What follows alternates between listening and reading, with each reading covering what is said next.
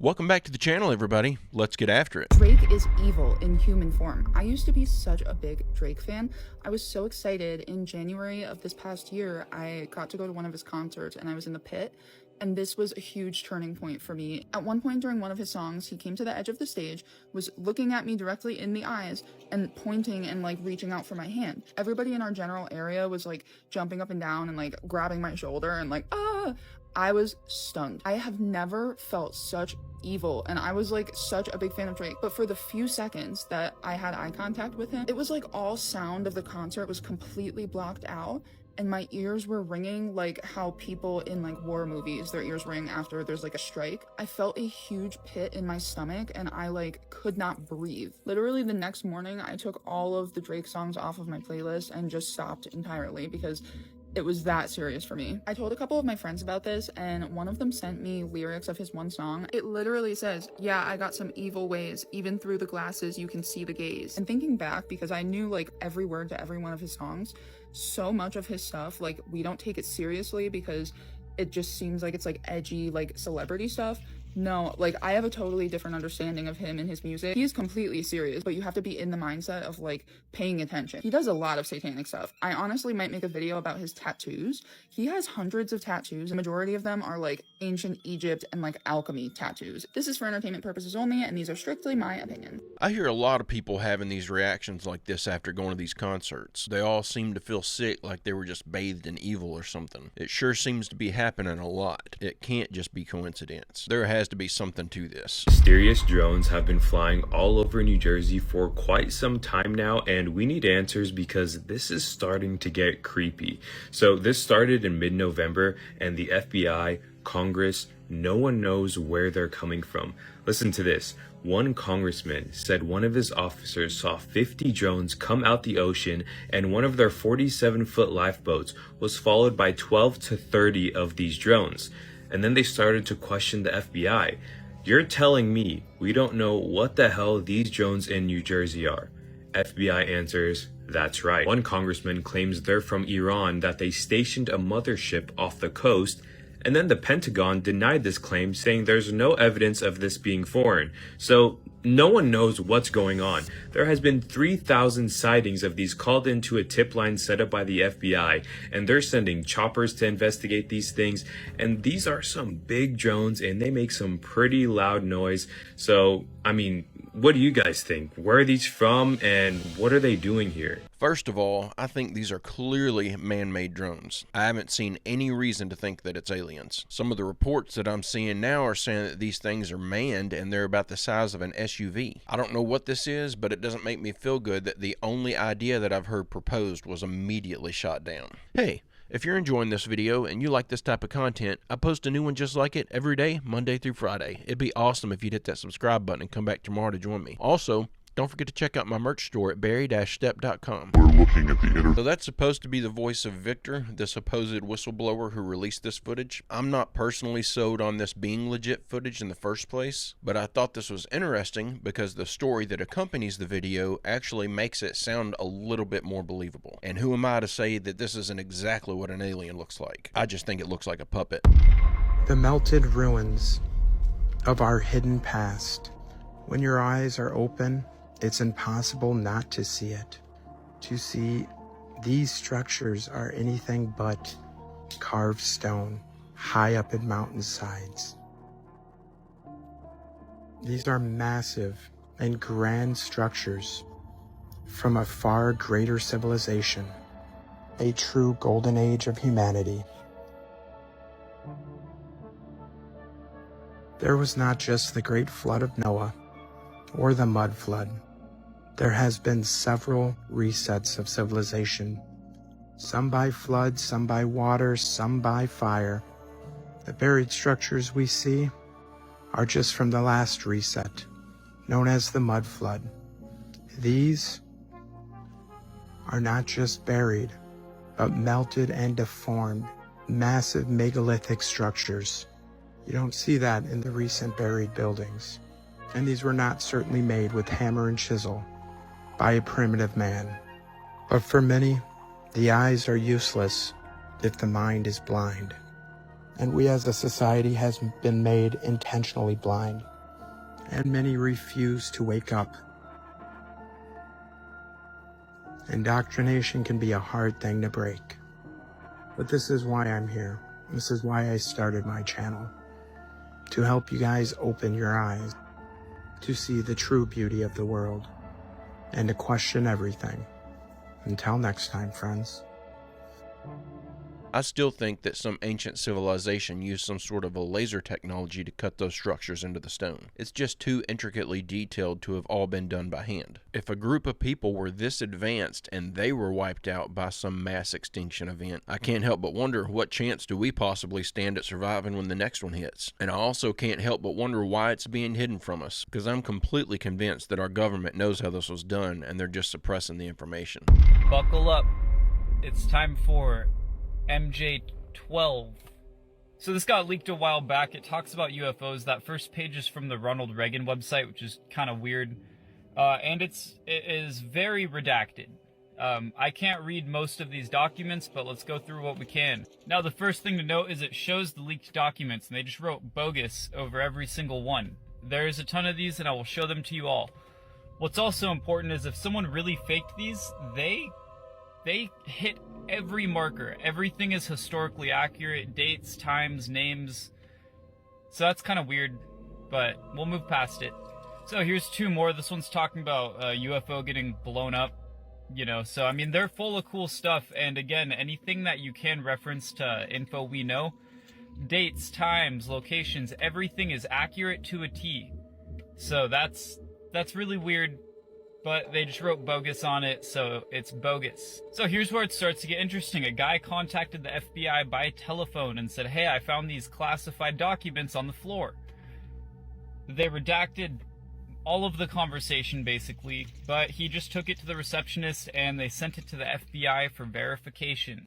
And what did the FBI say? Bogus. Here's another thing talking about it. They received, you know, the possibly classified document that they need to investigate because classified documents got out, and talks about, you know, UFO recovery and all this stuff. This is nothing new to us anymore. They're just slow dripping it. But what can we milk out of this? We got more bogus. And again, bogus. But what's important is it says something like they're virtually certain that these craft do not originate from any country on Earth. Again, if it's bogus, it's bogus. If it's not, that's a different story, but let's just go with it's bogus. Someone really took the time to make like hundreds of these pages. I mean, there's like 2,000 documents on MJ12, and everything is accurate. Everything. I've said this twice already, but good food for thought. Bogus. Also, I found this on the CIA website. If anyone knows what it is, I think it's instructions to a board game. There's the numbers if you want to look it up, but does anyone know what this is? Yeah, so I love you guys. Thank you. I thought this was interesting, and I think it's likely a real document. That doesn't necessarily mean that the men who put the document together had it all figured out. I say that because they say in that document that they don't believe that these crafts are originating from any country here on Earth. Maybe just not any countries they know about. It could be that these things are coming from a country that's being hidden from us, or a landmass that's being hidden from us, like something beyond the ice wall that we're not allowed to explore. Mr. Wheeler from the FBI. What can you tell us about what you guys do know? So the public reports and what we have from eyewitness sightings, some of those very credible police personnel and others are what we describe as unidentified drones. We do not know the particular specifics of what those drones are. Some are described as being slightly larger than a commercial available drone, fixed wing as well as rotary. We have helped analyze with our partners video and pictures of what those look like, what have been submitted. Part of that is these over 3,000 tips from the public, and to look at that. But as I previously stated, we don't know the people responsible behind that. And that's what we're working on. The incompetence of our federal government on full display, everybody. If these things have been spotted over 3,000 times, and I understand that doesn't mean that there are 3,000 UFOs, just that they've been seen that many times. How have they not been captured yet? That's all it would take, is to just capture one and then see who it looks like it belongs to, right? See what the writing and stuff is on it. And why do we have politicians telling us that there's an Iranian mothership? How are things being this mismanaged? The CIA has been putting toppings on your pizza and is one of the sole reasons that Domino's has a 3-cheese pizza. You see, back in the day, the dairy industry was not doing good. Prices inflated like crazy. No one could afford to buy dairy, and the farmers were going absolutely bankrupt. What did the government do? They bought literally all of the cheese. They bought all of it.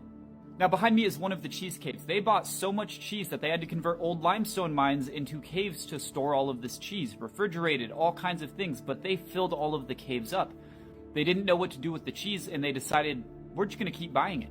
And in came government cheese, something you probably haven't heard of, but I'd bet money that your parents have. See, Reagan was really big on giving this cheese out, not only because they kind of had to, they didn't have anything else to do with it, but it was also a good way to help people. Hey, we have cheese that's old and moldy, let's give it to the population. Now, like I said, they have 1.4 billion pounds of cheese, which is a lot, and understanding the difference between a million and a billion is already hard to perceive, so let me educate you on how much cheese this actually is. Now, like I said, 1.4 billion pounds of cheese with a B. A million seconds ago was 11 days ago. A billion seconds ago was 33 years ago. It is such an astronomical difference.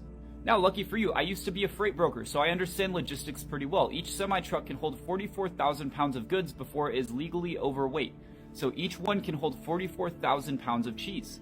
And dividing that by 1.4 billion nets you 272,000 trucks to fill up these cheese caves, and they didn't stop buying it after that. They kept buying cheese.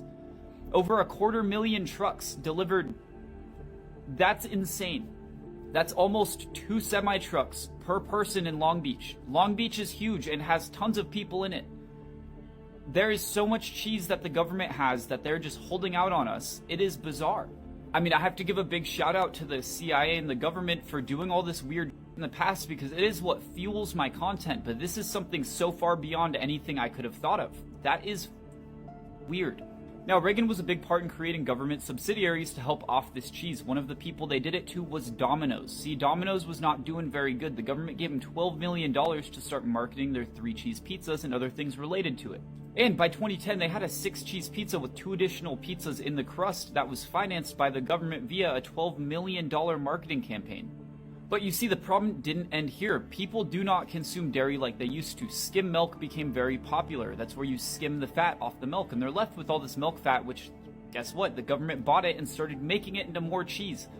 What the is their obsession with cheese? I am in a rabbit hole about cheese storage in the government.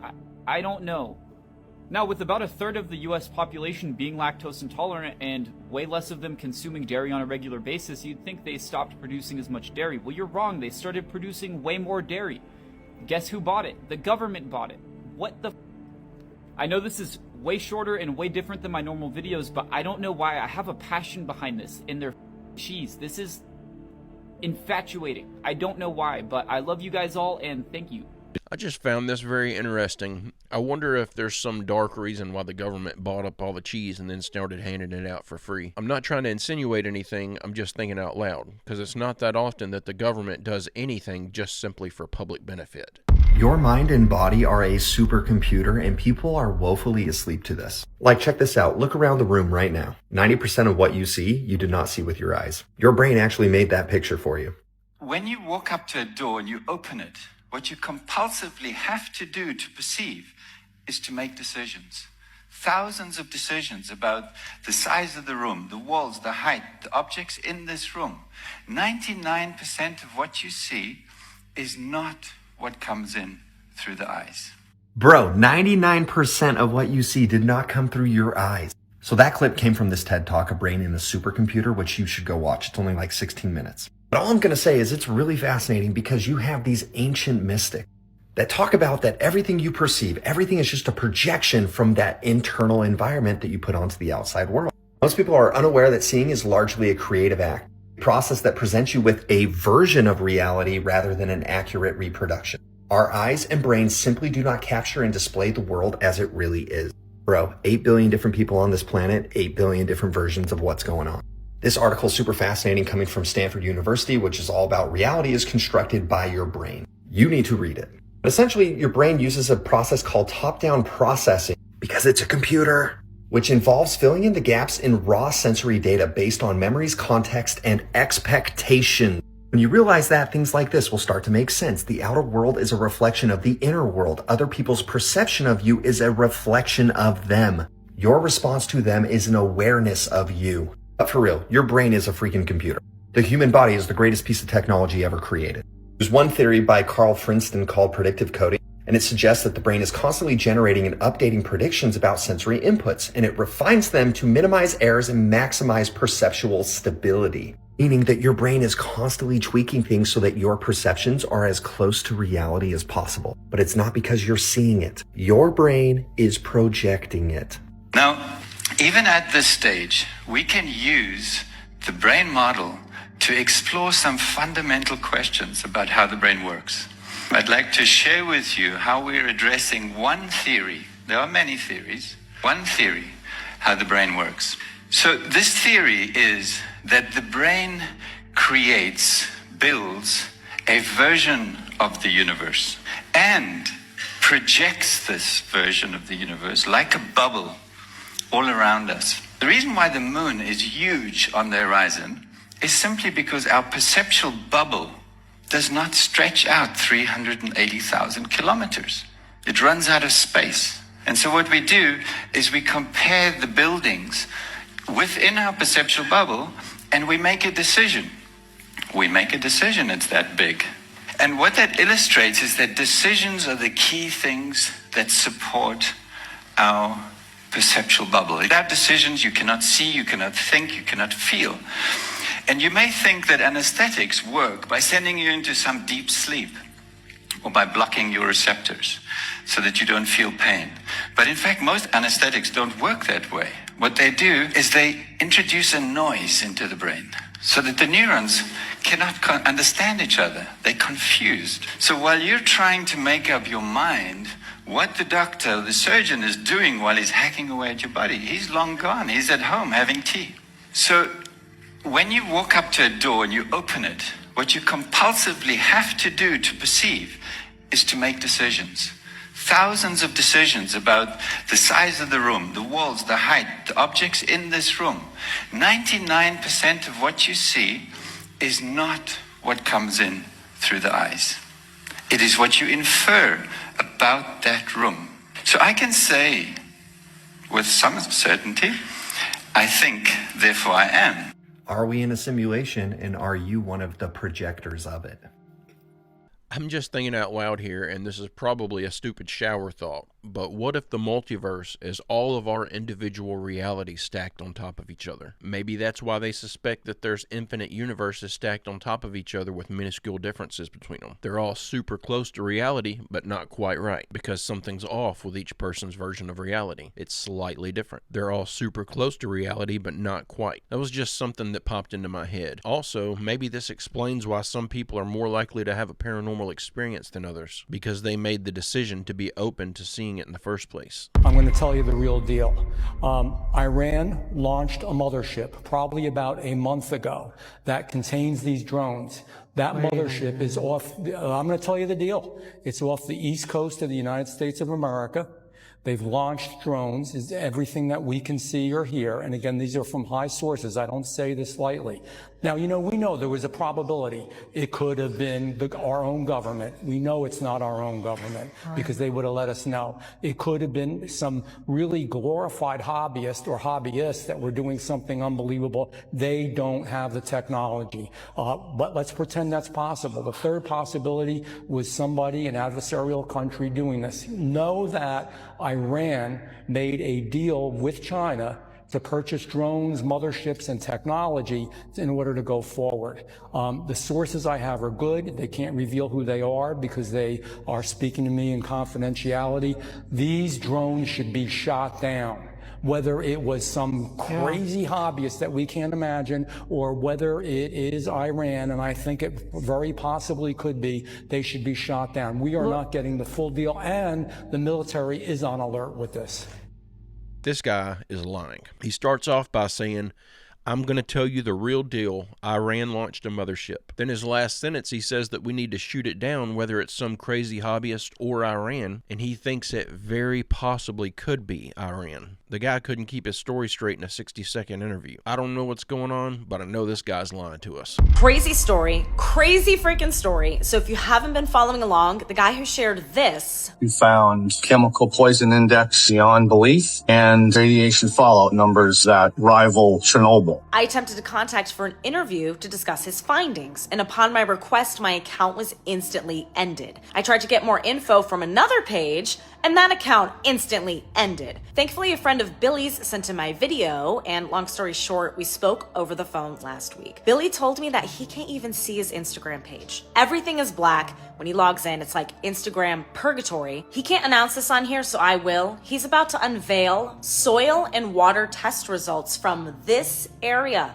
Live tonight at 7 p.m. Eastern on Instagram and YouTube. YouTube pulled the video I just showed you an excerpt from and gave him a strike, so he's expecting them to pull the plug on tonight's live stream, but he's risking it anyway because these test results have supposedly catastrophic implications. I haven't seen them myself, however, there's a good chance what is revealed will not be something the media can ignore once it's made public tonight.